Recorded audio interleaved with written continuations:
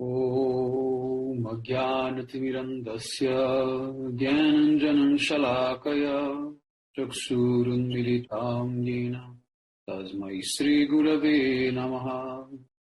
गुरवे गौरचन्द्राय राधिकायै तदालये कृष्णाय कृष्णभक्ताय तद्भक्ताय नमो नमः। नारायणं गुरुं वन्दे शरण्यं भक्तबान्धवम् गौरमनुविष्टं पूर्णां राधादास्यं प्रदायकम् रूपानुगाचार्यवर्यं रूपमञ्जरिप्रेष्ठकम् पतितपावनकरुण्यं युगाचार्य नारायणम् वञ्चाकल्पतरुभ्यश्च कृपासिन्धुभ्य एव च पतितानां पावनेभ्यो वैष्णवेभ्यो नमो नमः। नमो महावदन्याय कृष्णप्रेम प्रदायते कृष्णाय कृष्णचैतन्य नाम्ने गौरत्विषे नमः। श्यामसुन्दर श्रीकन्दशेखर स्मेरहासर मुरली मनोहर राधिकरसिकमं कृपानिधे स्वप्रियाचरण किङ्करीं कुरु। काप्तकाञ्चन गौराङ्गी राधे वृन्दावनेश्वरी वृषभानुसुते देवी प्रणमामि हरिप्रिये। वृन्दायै तुलसीदेव्याय प्रियाय केशवास्य च कृष्णभक्तिप्रदे देवी सत्यवत्याय नमो नमः। श्रीकृष्ण चैतन्य प्रभु नित्यानन्द श्री अद्वैत गदाधर श्रीवासदि गौरभक्तवृन्द। हरे Krishna Krishna Krishna Hare Hare Hare Ramo, Ramo Ramo, Hare Hare. So first of all, I begin offering my most humble obeisances to the dust of the lotus feet of Paramaradhatam Sri Guru Pada Padma, Nitya Lila Pravishta Om Vishnu Pada Paramahansa Parivrajacharya, Ashtotara Sata Srimad Shri Bhakti Vedanta Narayana Goswami Maharaj Shri Gurudeva. And to my most worshipable Shikshan Sannyasa Guru, Nitya Lila Pravishta Om Vishnu Pada Ashtotara Sata Srimad Shri Bhakti Vijnana Bharati Goswami Maharaja, and to all Shri Rupano Gauriya Guru Varga, all Tridandi Sannyasis, Brahmacharis, Vaishnavas, Vaishnavis, and to all the assembled devotees here today, my most respectful obeisances. So by the causeless mercy of Srila Gurudeva and all Mahabhagavatas Acharyas, we are able to assemble here one more time. So we continue today with the verse number 6. Braja Janartiham Virayoshita Nija Janasmaya Dvamsanasmita Bhaja Sakhi Bhavat Kinkarismano Jalaruhananam Charudarshaya. O best among heroes, you dissolve the sorrows of the residents of Vraja. The beam of your mild smile is quite capable of shattering your closest associates' pride in their good fortune and their loving anger. O dear friend, we are your maidservants. Please accept us helpless girls and make us happy by showing us your captivating lotus face. So now the commentary of Srila Jiva Goswami Pada Vaishnava Tafsani. The gopis, they were fully absorbed and praying to Krishna. So at first, the gopis prayed only for Krishna to accept them in a general way. But in this and in the next two verses, they are praying to him to fulfill their specific desires. In this verse, beginning with the word Braja, they are begging for his association. So the gopis are saying, accept us, meet with us, and remove our sorrow. Although this is our original desire, we are first asking you to show us your enchanting, beautiful face, similar to a lotus flower. So the gopis call Krishna Braja Janarti Han, means the destroyer of sorrow of the inhabitants of Braja. And by that they mean to say that Krishna is capable to eliminate the sorrow of their separation. So they intimate that if Krishna does not appear immediately and save them from their dying condition, then his glories will prove meaningless. By addressing Krishna as Vira, means hero, they imply that he is competent to do something that ordinary people cannot do. It means that it is not proper to give something to those who are not fit to receive it. So the gopis are saying, although we pray for something beyond our pleasure, still you are able to fulfill our desire. And to that Krishna he might respond by saying, when we met on the bank of the Yamuna, you became intoxicated by your good fortune, and you developed the pride from your intimate association with me. So to rectify you, I am now refusing to give you my darshan. But then to that, the gopis, they say, you can destroy the pride of your associates, because you give so much affection to those who you accept as your beloveds. Just by your slightest smile, you can easily destroy such type of feeling. So therefore, why do you need to give us such punishment by disappearing? So with these words, the gopis, they are saying that Krishna has extraordinary beauty in his nectarian smile. Therefore, they say, we are eagerly waiting to see your smile. They say, oh friend, accept us by giving your direct association. If you do not save us now, then later on, by seeing our suffering condition, you will also suffer. Because those who are friends, they usually share the suffering of each other. And not only that, you will be guilty of betraying our trust. So in this way, although the gopis, they are qualified to consider Krishna as their friend, they actually were afraid to appear to be arrogant. Therefore, feeling so much separation, humility, manifesting humility due to the separation, the gopis said, we are your maidservants, not friends. So we are very weak women and do not have the strength to search for you anymore. We are exhausted and suffering so much in separation that we don't know if we will be able to keep our lives going on. Therefore, mercifully show us your lotus face. So the words of the gopis may also be taken in this way. Your gentle smile destroys the pride of those women whom you have accepted as your very near and dear ones, just like your Lakshmi Devi. Then what to speak of us, your maidservants? Your soft smile will easily destroy our pride. Therefore, you should attend to us. So by these statements, we can easily see that the gopis don't deny that they were proud. They agree with Krishna that they were proud, but they just disagree with the punishment that Krishna gave. They thought that Krishna disappeared, that was too much. He could do something much less than that. So then to that Krishna may say, how can I please you? And the gopis, they answer by saying, to remove the burning agony of separation and to rejuvenate our half-dead bodies, you should appear before us and show your lotus face. And the gopis, they speak with great pain and also anger of love.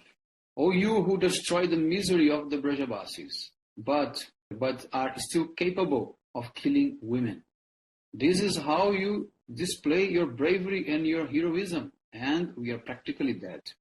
Actually, you use your soft and deceitful smile to destroy the happiness of your intimate companions. Now you should go and enjoy with those who are not your maidservants. Do not show us your captivating lotus face, because we have decided to die. So this was their contrary mood. So now the commentary of Srila Vishwanath Chakravarti Thakur, Saratta Darshini. Some other gopis say, you destroy the anguish inflicted by Kamadeva's arrows. And you do this only for the ladies of Braja, not for other women, not even for the demigoddesses. So it is mentioned on Srimad Bhagavatam 10:35-3 that although the demigoddesses are seated in the heavenly airplanes with their husbands, when they hear Krishna's flute song, they become astonished. And they are pierced by the arrows of the Cupid, and they become completely enamored to Krishna and lose their senses. Therefore, they do not notice how their waist belts just open. Later, they feel very ashamed. So the gopis say, "O hero, you who conquer over the Cupid, whose attacks are extremely difficult to survive. After conquering Brahma and other demigods, the Cupid became very puffed up, but you smashed his pride into powder. You cannot tolerate us having a little bit of pride in our good fortune. You also cannot accept our sulky mood, which arises from our natural contrary nature. So with your smile, you destroy the pride and the sulky mood of your sweethearts." So then Krishna said, "All right, you may ask for any boon." If he speaks in this way, the gopis respond by saying, "We are your maid servants. You should accept us and serve us." Then Krishna might say, "If you are my maid servants, why are you ordering me to serve you? Because you are our friend, therefore you should serve us." Then I serve you. Then the gopis reply, "Jalaruhananam charu darshaya." Show us your beautiful lotus face. Now the verse number 7. Pranata dehina papakarshanam trinacharanugam sriniketanam panipanarpitam te padambujam krinukucheshuna krindiri chayam. Your lotus feet remove all sins of those living beings who submit to them. Your lotus feet chase after the cows and calves who got out to graze. Your lotus feet are the object of service for Lakshmi Devi, who is herself the reservoir of all beauty and wealth. Your lotus feet grazed the hoods of the serpent Kaliya. Those same lotus feet you should rest on our breasts and pacify the fire of lust blazing in our hearts. Now the commentary of Srila Jiva Goswami Pada Vaishnava Toshani. Now the gopis, they worry, thinking that if after hearing our prayers, Krishna comes and shows us his lotus face with his beautiful smile, and then he disappears, what will happen to the disease of our hearts? So this is the gopis' second request in this verse. So generally, the people, they will apply some medicinal ointments externally to cure the disease which is inside of the body. So similarly, in this verse, the gopis, they are begging Krishna to stop the fire of separation in their hearts by using the ointment of the association with the contact with his transcendental body. So out of humility, the gopis, they only focus in Krishna's feet and glorify them. They say, Pranata Dehinam, your lotus feet can free anyone from all his sins if he surrenders to them. Thus your lotus feet are very extraordinary. You should place them on the breast of the gopis who belongs to you. So to that, Krishna, he might say, okay, it is right. You have no fear of sin, but I do. And you don't even consider the circumstances under which they surrender to you. You just purify their sins. So Krishna told in Bhagavad Gita, Sarvadharmam parityajam mamekam sharanam braja. Aham tvam sarvapapyebhyo mokshesham imasuchaha.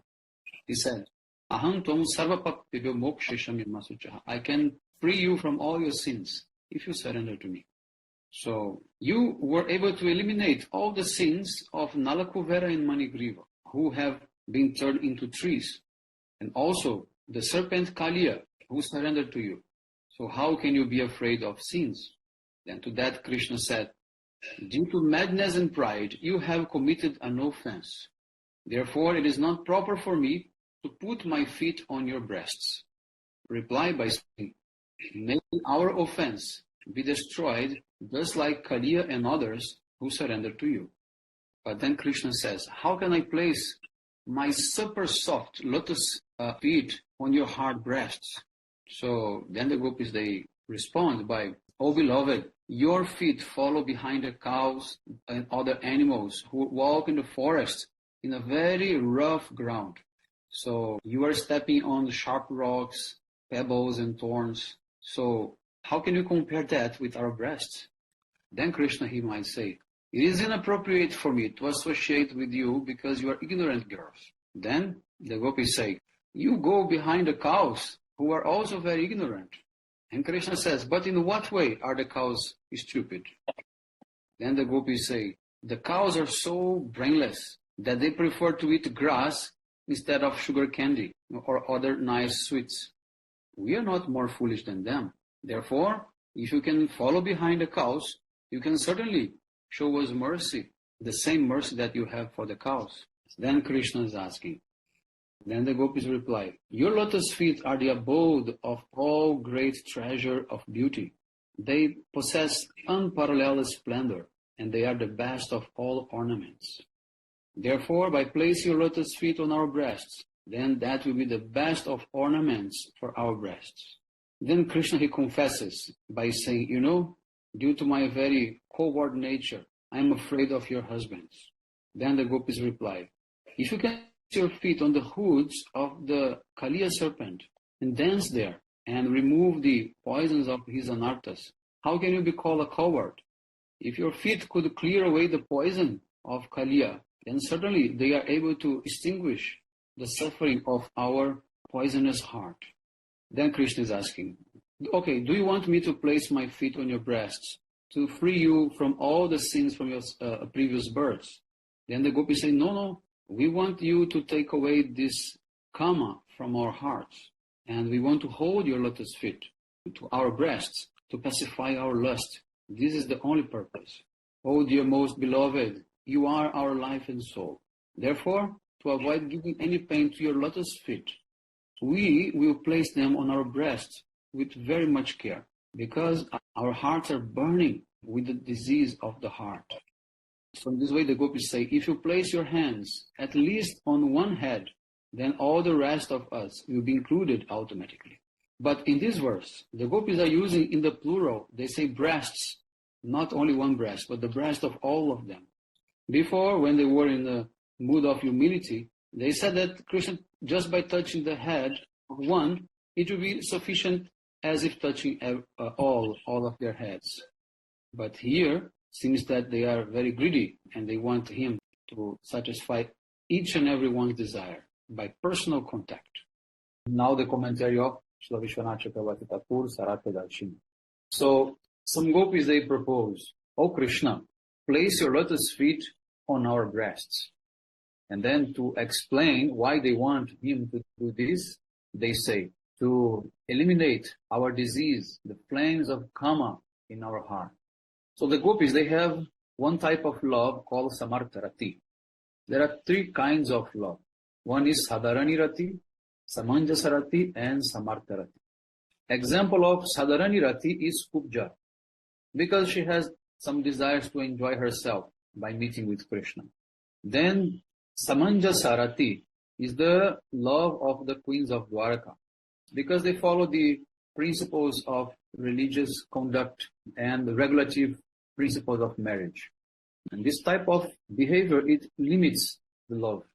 But the Brajavasis, they have samartarati, a splendid love, because their love is not restricted by anything.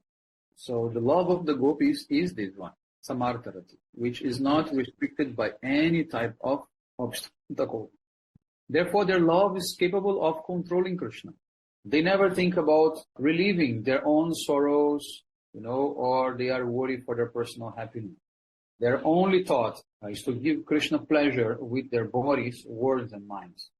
So in this way, in the pains of separation, the Brajagopis, they reveal their natural youthful beauty, because they want to attract Krishna. They want to stimulate Krishna's desire to have surat, amorous pastimes. So usually they do not express their love by words, because that diminishes the prema, the love. But here they are speaking about their lusty desires, actually only to diminish those lusty desires, and to show that it is not important. So for example, one man wanted to feed his hungry friend, and for that he begins to prepare 4 types of sweets. Then the friend came in his home and asked, for whom are you making these sweets? And instead of saying, this is for you, he answered, this is for myself, not for you. In this way, the love remained in full power. So if that man would answer, I do this only to please you, I have no any selfish desire, then the love would decrease. So in Prema Samputa, text 68, it is saying that when the light of Prema illuminates the home of the heart of the hero and the heroine, it continues to shine brightly. But if they speak anything regarding that Prema, this Prema will go away through the mouth. If someone verbalizes one's love by saying, I love you so much, I cannot live without you, then that Prema will not last long. So, but if it does remain longer, the strength will definitely be reduced. Therefore, the Prema should not be displayed outside. It should be kept very deep and condensed in the heart. So, because the Braja Gopis have no desire for their own happiness, Krishna, he speaks the verse of Srimad Bhagavatam 10:32-22, Napareham. It means that Krishna is controlled by that love of the Gopis. Krishna says, O Gopis, our meetings together are filled with completely pure love. You have renounced the household life, which is very difficult to do, and you have broken the rules of social etiquette only to serve me. Even if I have a long life like the demigods, I will still not be able to repay you for even a particle of your seva and your prema. So the only way that can be absolved is if out of your saintly nature you agree with that. I am forever indebted to you for your unmatched love. All the scriptures confirm that Krishna can be controlled only by selfless love, never by lust. Therefore, the prema of the Brajadevis, who is called Samartarati, is only for Krishna's pleasure. In every way, it is the topmost and beyond description. So Krishna tells the gopis, I am afraid of committing a sin by resting my feet on your breasts. But the gopis reply, your lotus feet destroy the sins of all surrendered souls. Therefore, there is no reason for you to fear the sin. How who he eliminates the sins can be afraid of sin? Then Krishna answered, oh, your breasts are very hard. How can I put my soft feet on them? Won't I feel pain? Then the gopis answered, Trina Charanugam. With these very feet of you follow the cows, the very difficult areas of Vrindavan. So if your feet can tolerate walking those places, then what discomfort will they experience on the hardness of our breasts? Instead, it will be very pleasing to them because we are eager for your amorous pleasure. Then Krishna is asking, but will it be proper to put my feet on your breasts, which are decorated with many jewel ornaments? Then the gopis reply, Sriniketanam, your feet are the abode of all beauty. Therefore, they will serve as the best ornament on our breasts. Then Krishna says, but I am afraid of your husbands. But then the gopis encourage him, Pani Panarpitam, you were not afraid to set your feet on the hoods of the poisonous Kaliya. Why then should you fear our husband? Patitanam pavanebhyo vaishnavebhyo namo namaha.